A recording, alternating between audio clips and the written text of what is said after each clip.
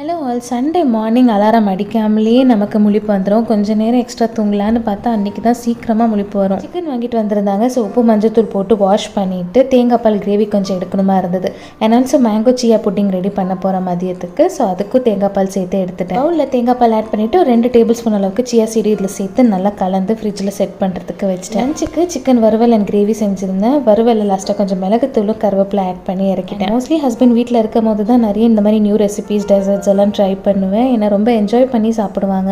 அதனாலே எனக்கு நிறைய ரெசிபீஸ் வந்து ட்ரை பண்ணுறதுக்கு ரொம்ப பிடிக்கும். லஞ்ச் சாப்பிட்டு கொஞ்சம் ரிலாக்ஸ் பண்ணதுக்கப்புறம் தான் ஒரு 3 மணிக்கு மேலே மாம்பழத்தில் இருக்கிற அந்த பல்ப் எல்லாமே தனியாக கட் பண்ணி எடுத்துக்கிட்டேன். ஆட் பண்ணி வச்சிருந்த சியா சீடும் கோகோனட் மில்க்லாம் நல்லாவே சோக்காக இருந்துச்சு. ஸோ இதில் கொஞ்சம் ஹனியும் சேர்த்துக்கிட்டேன். உங்களுக்கு வேணும்னா சுகர் கூட ஆட் பண்ணலாம். மீதி இருந்த மாம்பழத்தில் பியூரி அரைச்சிக்கிட்டேன். இது எல்லாமே ஒன்றுக்கு மேலே ஒன்று கிளாஸில் அரேஞ்ச் பண்ணிவிட்டு லாஸ்ட்டாக கொஞ்சம் சீட்ஸ் ஆட் பண்ணியிருந்தேன். இந்த மேங்கோ சியா புட்டிங் அவ்வளோ எம்மியாக இருந்தது. ட்ரை பண்ணி பாருங்கள். மினிவில் பிடிச்சிருந்தா ஒரு லைக் கொடுங்க. அடுத்த வீடியோவில் பார்க்கலாம் ஃப்ரெண்ட்ஸ். பாய்.